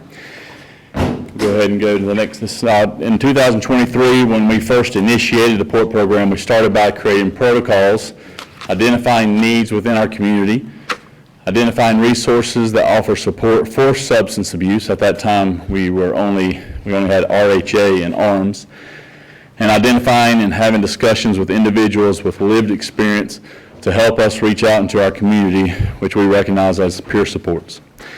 The mission was to reach every man, woman, and child with repeated opportunities to overcome their addictions and mental health concerns by connecting them with the resources needed to live a better life. In those early days, we recognized that the needs of each and every individual, whether post-overdose or justice involved, were multifaceted. Next slide. We discovered that each person that we encountered had a deficit in the area of wellness. These 8 domains, interpreted and shared by the SAMHSA, the Substance Abuse and Mental Health Services Administration, an agency of the Department of Health and Human Services, are each in their own way fundamental in overcoming substance use and mental health problems. So as 2024, we began to reach out to individuals with lived experiences to help ask that question, what is your story? We knew after over 100 encounters and only one successful treatment admission in 2023 that everyone does have a story and every story does matter. So through our Hope Dealers initiative, we were able to obtain a volunteer and one part-time peer support to reach out to these individuals to see how we can help. Currently, we have 3 volunteers, 1 part-time, and 1 full-time peer support. Next slide. These are our 2 that we started out with in the beginning, and currently, like I said, we have 3 volunteers, 1 part-time, and 1 full-time. Next slide. Education was a major catalyst for the PORT program. Recovery University, a nonprofit program, helped us to initiate the ability to encourage intellectual growth and discuss topics such as recognizing the problem, evaluating relationships, creating new habits, overcoming obstacles, voluntarily committing to change, establishing new life plans, reaching out for help, and yielding to the opportunities ahead. Recovery University would meet and discuss these topics on Monday and Wednesdays from 6 to 7. Today, Recovery University is a pivotal part of our community and classes that are offered Monday through Friday, with classes such as trauma-informed classes, life skill development classes, faith-based recovery, parenting classes, and yoga. As 2024 came to a close, we were able to see positive results, as the number of overdoses had decreased, as well as the number of deaths. In 2024, we saw a decrease in overdoses of 38% and a decrease in deaths of 71%. Opioid overdoses also decreased. In 2023, we had a total of 46 opioid overdoses. In 2024, we had 29. In 2025, we've had 14. And currently, right now, where we state, we only have 6. In 2020, and we've had 0 deaths so far this year. In 2025, we continue to offer Narcan free to the public through our vending machines and continue to offer our educational services, and added the ability to provide a MAT bridge to anyone that needed services in their journey to sobriety. And yet again, we continue to see decreases in overdoses and deaths. 48% decrease in 2025 in overdoses and a 71% decrease in deaths. This is, of course, a higher decrease, but a continuum across the state, as Governor Stein shared recently this past week, that the state has also seen a decrease in overdoses, specifically in regards to opioids. That's a 34% across the state decrease. This is in effect to our local sheriff's office, our Taylorsville PD, and to the others in our community that have taken the opportunity to reach out and share the awareness and the dangers of opioid abuse, and the ability and access to Narcan. In 2026, we have continued to work alongside RHA, the Alexander County Health Department, Sheriff's Office, Taylorsville PD, the Alexander County School Systems, Alexander County Courts, Probation Office, and Iredell Family Care to offer hope of recovery. Now, most recently, Alexander County has, next slide, fell from a Tier 2 to a Tier 1 county, recognizing it as an undeserved county with very little resources in mental health and substance abuse. Also, statistically, we have seen an increase in overdoses. However, fentanyl, like I said earlier, is no longer the #1 substance, as alcohol and prescription meds have overtaken the top 2 spots, showing that substance use and mental health is continuing to be problematic. To combat this, newly found collaboration was initiated this year, next slide, called Support. Our effort is to identify people and organizations within our community that can come around the table in our efforts to identify gaps in resources, support the organizations that can serve these areas, and create and fill these gaps so people will not get lost but will be supported in every area of need.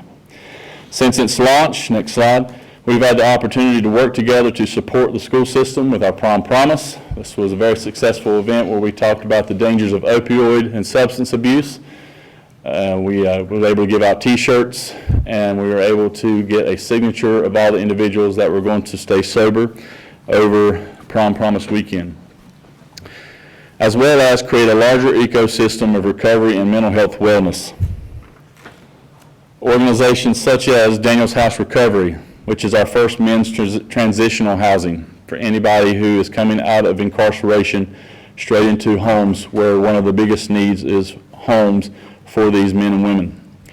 Springs Group, an organization that helps with occupational and professional development, teaches how to do resumes, how to do interviews, how to apply for jobs, and it even lines them up with opportunities for jobs.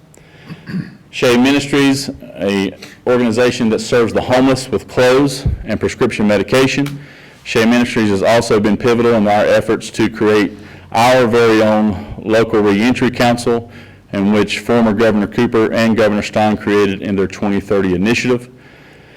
Cognitive Connection, who is currently and has been working tirelessly to launch our very own drug court, and ARC, Alexander Resource Center, that supports individuals with helping to rewrite their own stories of mental health and substance abuse history with programs like Pathways, an early intervention strategy for middle and high school students and families, AC Fit, an opportunity for individuals with no current medical care or health and wellness strategies to bridge into more of a healthy lifestyle with their very own nurse practitioner, a Pure Living Room where individuals who are unhomed can come wash clothes and take a shower, as well as offer a connection to resources and more harm reduction tools, and a place for Recovery University to grow and continue to offer educational resources and topics.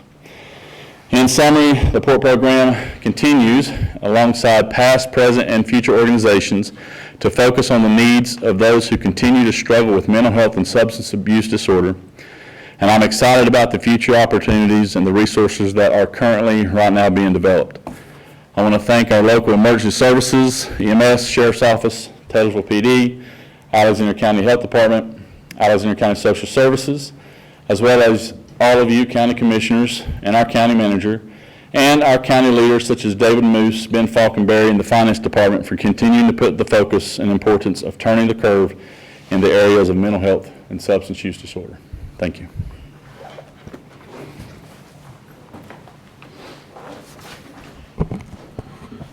Commissioners, I believe that you can tell very clearly from Shannon's presentation and the data that he provides that this program has demonstrated a lot of efficacy in reducing the incidence of overdoses as well as deaths. And I believe that wholeheartedly that every dollar that has been spent out of the opioid settlement funding to date has been very well used for that purpose. I don't think it's possible to put the value of a dollar on a life. And so I want to thank the board for your historical support and continued support of the efforts. And I want to thank Shannon for all the work that he's done in a few short years, has taken this funding and applied it very well to create and develop and grow a program that has definitely paid dividends in that respect. In the interest of time, tonight I do have a resolution to direct the expenditure of opioid settlement funds to present to the board. If it would be permissible by the board, I would suggest skipping over the preamble. It's standard language that we have every year, and focusing instead on the actionable items contained within the resolution. This resolution is required as part of the memorandum of agreement for the national settlement agreements, of which Alexander County joined on several years ago to receive opioid settlement funding. The resolution before you tonight authorizes two strategies for the expenditure of opioid settlement funding. The first strategy is the post-overdose response team. This is contained within Exhibit A to the MOA. It is strategy number 8. The amount of funding authorized by this resolution for the upcoming fiscal year is $431,090.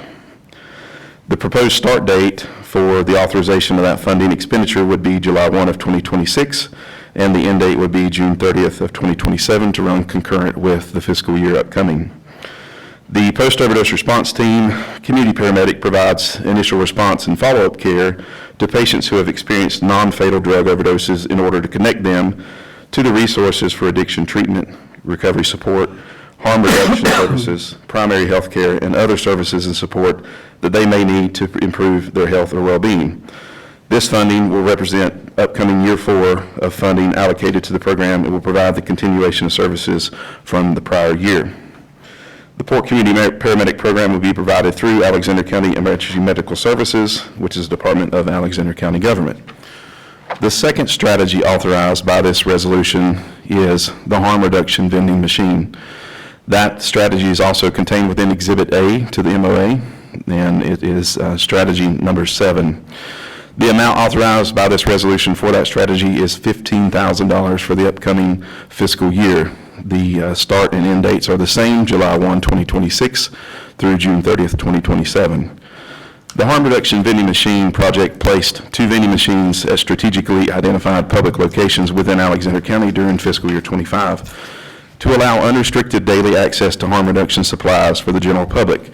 This project utilizes opioid settlement funding authorized under Exhibit A, Strategy 7, to purchase naloxone as well as other authorized harm reduction supplies to be placed in the vending machines.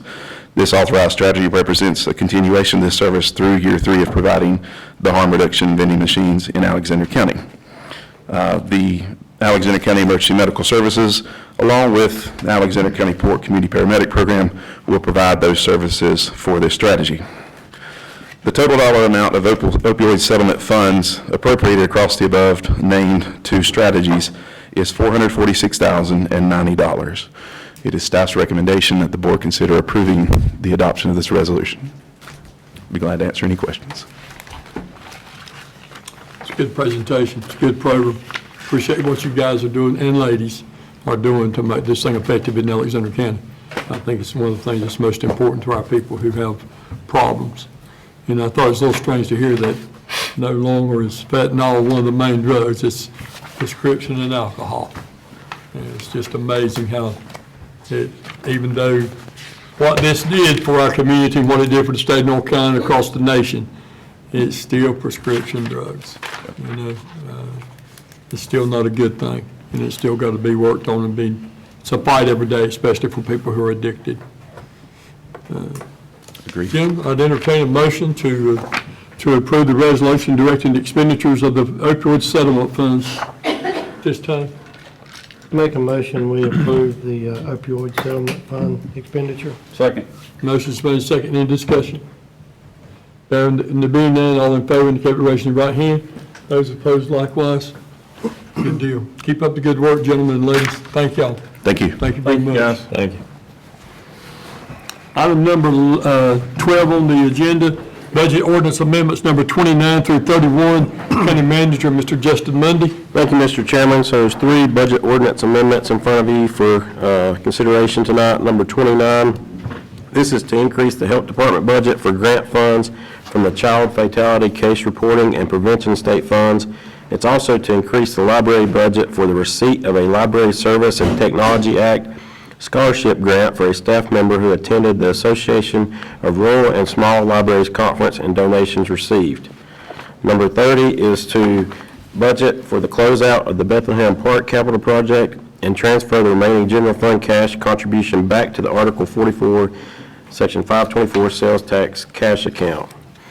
And then number 31 is to budget for the closeout of the project fund for the 2023 State Appropriations Act, directed grants to local governments, and transfer remaining cash balance of local funds back to the general fund. And these 3 budget ordinance amendments do not increase fund balance, they actually decrease fund balance appropriation. Okay. Gentlemen, you've heard the presentation of the amendments. Mr. Chairman, I make a motion that we approve budget amendments 29, 30, and 31 as presented. Second. Motion's made second. Any further discussion? These are the kind I like. They don't cost us any money. That's right. It's good. But no further discussion. Those in favor indicate by raising your right hand. Those opposed likewise, the motion carries. Thank you very much, gentlemen. Consent agenda, Mr. Justin Mundy, County Manager. Thank you, Mr. Chairman. So for the consent agenda tonight, for consideration, we have some tax abatements and adjustments and tax refunds for May 4th through May 25th. We have minutes from the May 12th regular meeting. We have a board and committee appointment for the planning board. There's 3 positions there, I believe. Line item transfer report for May 2026. A resolution to approve the contract signature and delegation authority policy, and home and community care block grant for fiscal year 26-27. Okay. Gentlemen, any questions? If not, I'd entertain a motion to approve the consent agenda. Make a motion to approve the consent agenda as presented. Second. Motion's made and second. Any discussion? There being none, all those in favor indicate by raising your right hand. Motion carries. Thank you very much. This will adjourn the general session of the Alexander County Board of Commissioners, and then we will move into the second part of our meeting. And at this time, I'm going to ask Vice Chairman Josh Lael if he would do that one time for me. Do we need to officially vote to adjourn? Yes. Okay. Make a motion that we adjourn the regular portion of our monthly county commission meeting at this time. Have a second? Second. Motion made, second. Any discussion? All those in favor indicate by raising your right hand. Those opposed likewise, the motion carries. Thank you.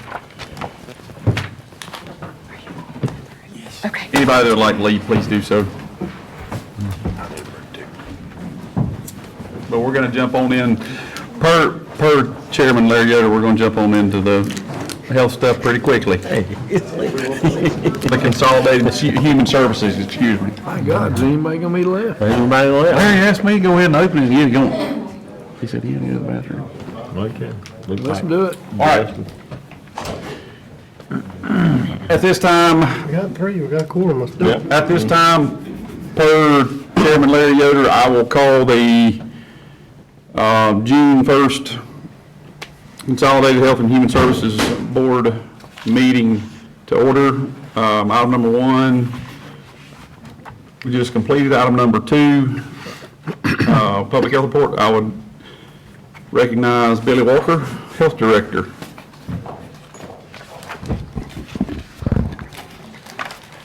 Good evening. I'm going to do a quick public health update because I know y'all are ready to get this done. So I'm going to do organizational updates, financial updates, accreditation updates, and situational reports. So my organizational updates, we'll go to the next slide. On our advisory board, we still need an optometrist, a nurse, and a dentist. And then the in-house staff, we have a position for an administrative assistant too. We need a licensed clinical social worker in behavioral health, and then a processing assistant for dental. We were able to hire a part-time PHN as a public health nurse too. She started in April to help us manage the program until they decide what they're going to do with the CMARC program, and they've extended that till the end of the year. Financial updates. We worked in-house on the budget, and then we worked with the county manager on the budget, and then we submitted that per his timeline. And then, of course, with the fee approvals, we brought that to the board in March, and then those will go in effect if nothing changes, July 1. Accreditation updates. If you go to the next slide, due to the extensive revisions of the accreditation standards that were made by the state, we're going to ask to table that for tonight because there's so many changes that we have to make with the policy and procedure manual. We're going to wait till the next meeting and bring that to you for you to approve. The next one is going to be our agreement addendas. This is the funding that's provided through what we call AAs, but it's an agreement addenda through the state, and it provides funding for us to do support the foundational capabilities and our workforce capabilities necessary for local health departments to effectively deliver services across program areas. It also defines what work has to be done, and it's the required deliverables, performance of expectations, and procedure guidelines. Pretty much tells you what you can do in those programs for the amount of money that we get. And they're for one-year terms typically, but some of them will have maybe a 2 or 3 year term, but most of those are 1 year only. So the next slide tells how much money each AA gets. So that's what we're getting, or we're anticipating getting for the next fiscal year. Situational reports, I'm going to do the CFPT report that's required, and then I'm going to quickly go over renovations and then what's coming. So in July 2025, the state changed how the CFPT, the whole program. So we came and we told y'all how that was going to go.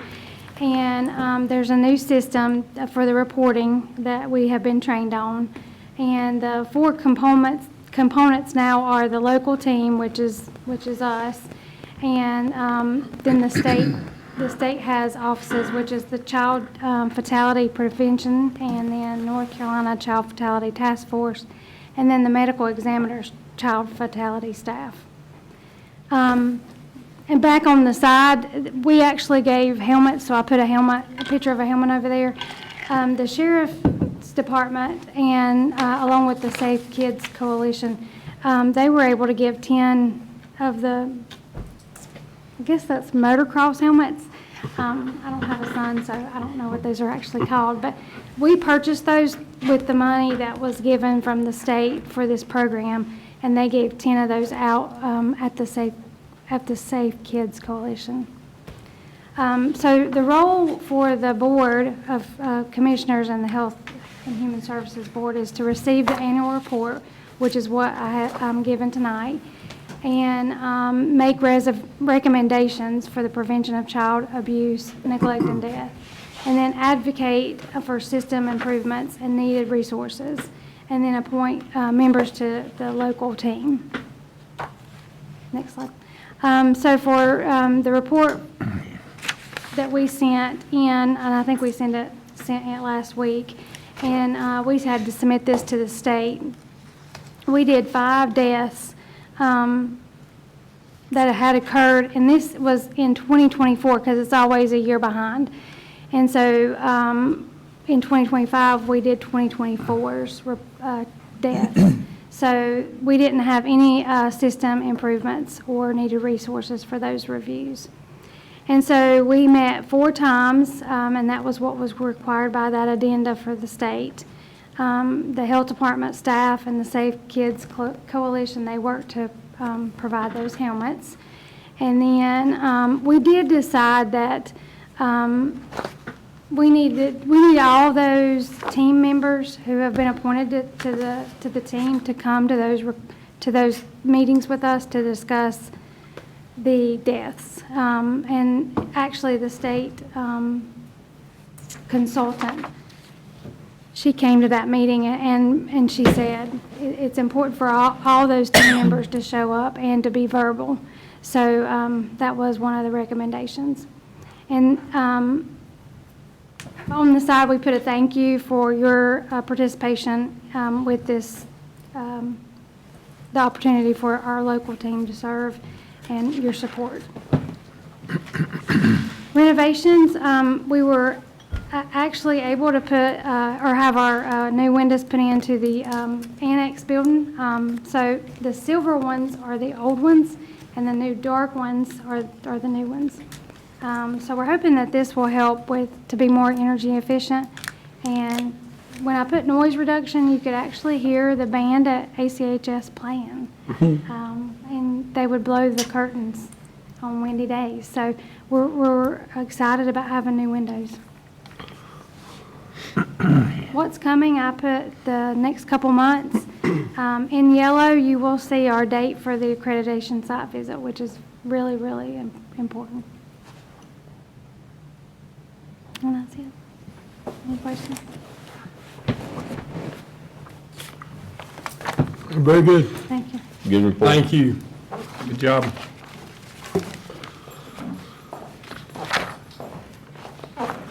Item number 3 will be the DSS report, and I believe we have a substitute tonight. Yes, I'm Trina Riddle. I'm the Economic Services Program Administrator at Social Services.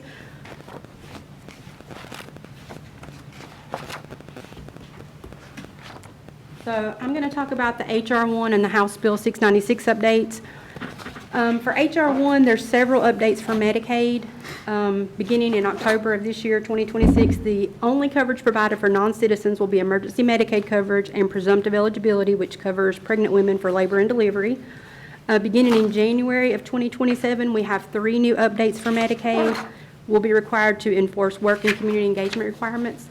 That will be for individuals aged 19 to 64 who currently receive MXP, which is expanded Medicaid. So when we expanded in North Carolina, those individuals became eligible. We currently have over 700,000 individuals receiving MXP in North Carolina, and in Alexander County, we have 2,446. We'll also be changing the way that we do recertifications for those individuals. Currently, we do reviews once a year. It's going to switch to every 6 months. So that's going to increase our workload for our family and children's Medicaid caseworkers. It will be offset a little bit, though, because they also changed the rules for children. So children under 6 and under are eligible now for 6 years. We don't do a recert at all for them. Once they're eligible, they're eligible. For children 6 and older, it's switched to 2-year certification periods. So one area of our work will decrease, but the other area will increase. Also, we don't know the rules yet for how the work and community engagement's going to hash out. The state is talking about there could be some exemptions, that they might not have to do the work requirements. They're talking about it'll be just the month prior to the recertification. So currently, we look at income the month prior to the month of review, and that's what we base our eligibility on. They're saying that if they worked in that period, then they would be eligible for the next 6 months.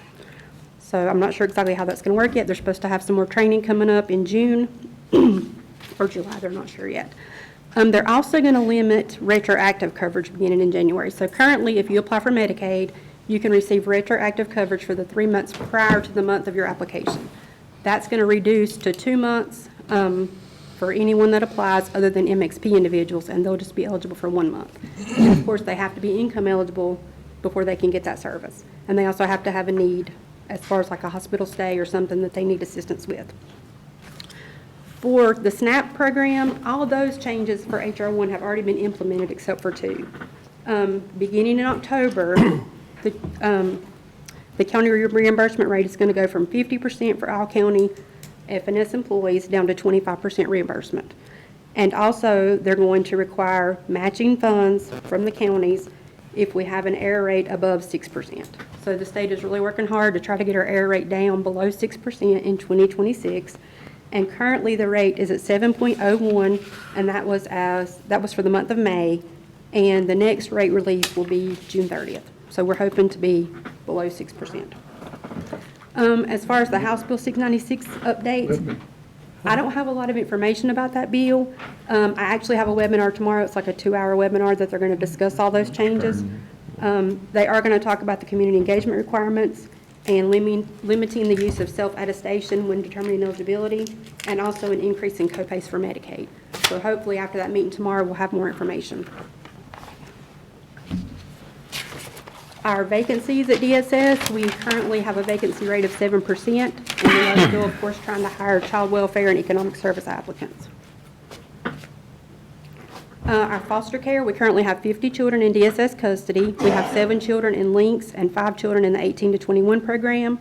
We have 1 foster care home in the process of relicensing. We have 3 adoptions completed, and we have 14 adult protective service wards. This is more foster care numbers. We had 2 families reunified, 1 case closed, 3 adoptions, and 1 closing in custody at the next court date. We had several new hires on my side of the building, Economic Services. We hired Katrina Honeycutt in March. We hired April Hartness and Stacy Hammer in May, and Crystal Kirby started today. She's our new FNS supervisor. In Child Protective Services, we hired Timothy Bird in February, Jermaine Brawley in March, and Chandra Eason, I think is how you pronounce her last name, in May. Haley Penley and Nancy Davidson started today. We had some community engagement Myself and Tammy Rogers, we went to West Alexander Middle School for their Real Money, Real World. And myself and Ashley Gilbert went to the community baby shower for Early Head Start. We had a little competition. The Crisis Center, I'm sure you saw on their Facebook page, their shelves were pretty bare. So we decided to do a food drive, and we had a competition between Economic Services versus CPS and APS. We brought in over 2,000 food items, and it was close to 500 pounds of food that we delivered to the Crisis Center. So I was very proud of all the hard work they did. We also received a donation of some potting soil to do some work out on our playground. So we replaced a lot of the equipment with the money that we have been donated through Karen's Kids, which is our playground where we have foster care visits. So we replaced a lot of the toys, and we got a donation of some potting soil. So we're going to have 8 raised beds, and we're going to do fruits and vegetables in those raised beds to give out. And that's all I have. If you have any questions, I'll be happy to try to answer them. Very good.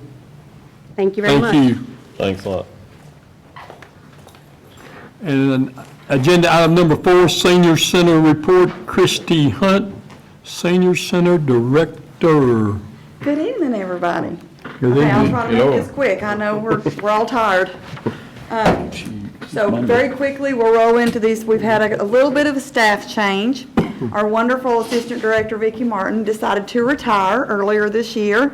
And we miss her dearly. She was a great asset to our team, but she is enjoying her retirement by vacationing a lot. And she's on her boat a lot with her husband and her grandkids. So we're very happy for her. She's told us that she would come back and just participate with us, but unfortunately, the only place I've seen her is at a funeral. So, you know, we'll get her back there eventually. Brianna Fox moved into the role of Assistant Director, and she has earned every bit of that. She has done really well at helping me and helping the seniors. We've been a little short-staffed since, Vicki retired, and it's been very busy. We're just busy, but we're getting there. And we've been working hard getting our new activity assistant hired. We had a lot of applications to go through, a lot of lovely, well-qualified people that were very friendly. And so it's been very hard to decide who to try to hire, but we hope we've picked the right one. We'll have an update on that one soon. Okay, next up. So every year, we are required to do some surveys, and a lot of people really don't like to do surveys. They're boring. And we have to ask the same questions. Are you happy with the staff? Are you happy with the senior center? Are you happy with the building? Are you happy with the activities? So I decided to shake things up just a little bit and do a survey about the seniors, which you all have a copy of that you can take yourself. So it's as simple as you just choose the word that best fits you in that line and then add them up at the end. And then you can see what they each mean. It's the elements of the earth. Some of our seniors were a little surprised to find out that I was in the fire category. But I just tell them it's the red in my hair, so, it works. It works. It's good. It was fun. A lot of people really enjoyed it, and we had, 109 people participated. That's a lot more than we normally would have. And then that next one is just telling about what they each mean. So y'all take some time to read that. Next up is our Senior Medicare Patrol Grant. We've had 3 shred events. One of them was stood in the rain for a lot. It was good, though. It was good. I'm very thankful for the rain, so I did not complain about that. All of them have been very successful. We've done great with that. I was thankful, too. The Sheriff's Department come out and done the medication drop, and the Health Department was also there to help with the first one. Next up, our Musicians Jam. We've had a little trouble with our live feed, but we've got that all figured out now, thanks to our IT department. Chad's helped us a whole lot, and Justin come up and figured out it was a YouTube problem.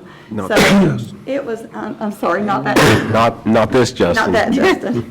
But it was good. We got it all figured out. So we're good now. So feel free to get on there and watch today's jam that we had this morning. It should be on YouTube now. So it was good. We do have our summer events coming up on June 30th and July 28th. We do like to have an evening musicians jam so that other ages can come participate and see what fun the seniors get to have every day. Senior celebration was a blast. It was just amazing. We had a really good time. I was very happy to see administration and DSS come out and cheered us on as we done our fun walk through the parking lot. So we had several seniors participate in that. We ended up with 132 people, floating, of course, and they really enjoyed it. And you can see they love to dress up, so they're liking the themed events. The next page is just more pictures of all the fun we had.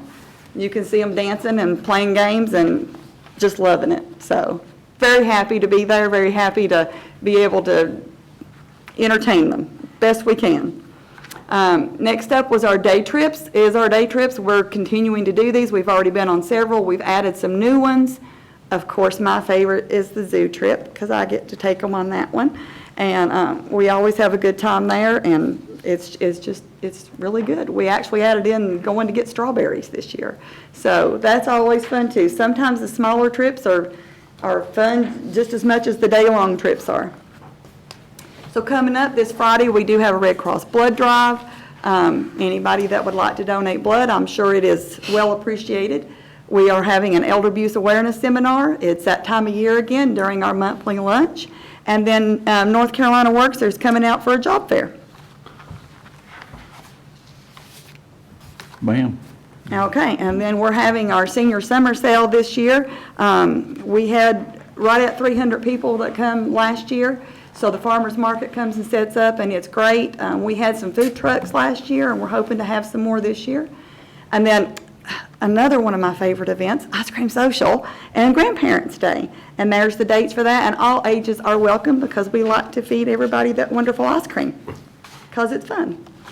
Our trip to Ireland, we have had to call and ask for more spots because we've had so much participation in that. We had 4 more that signed up recently, so we're very happy that that one has really took off, and they seem to really want to travel now. So we're glad. We're actually kind of considering Switzerland for next year.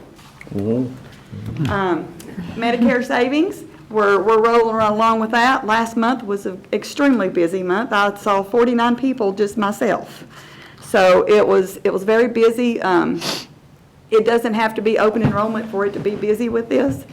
We always have people that's new to Medicare. This Friday is actually a new to Medicare seminar. And so we're always working on that, always helping people with problems. Anything that comes up, then we do our best to help them with. Medicare did create this maximum out-of-pocket cap for what they pay for medicine, so that has really helped a lot. But it still needs to, they still need to make sure they come in to make sure that the plan that they're on does cover that particular medicine or whatever to make sure they can get the cap. Next up is our participation. I don't know how, but we continue to grow. We just keep bringing people in. We just keep adding more programs. We're adding some more bingos this summer, and I think that everybody will be happy with that. But our participation is up. Anybody have any questions? Good job. Great job. All right. Great. Thank you. Party on. Party on. Hang out. All right. So that we will adjourn from the DSS combination meeting. And now we will call on our county attorney, Mr. Falkenberg. Thank you, Mr. Chairman, Commissioners. Pursuant to General Statute 133, I ask for a motion to go into closed session for the consultant and attorney employed by the board in order to consider privilege and to consider the qualifications, competence, performance, character, and conditions of employment of an individual public officer or employee or prospective officer. I do not anticipate any further action by the board following closed session. Very good. Then entertain a motion. Make a motion just as our attorney stated. Do we have a second? Second. All in favor, say aye. Aye. All opposed?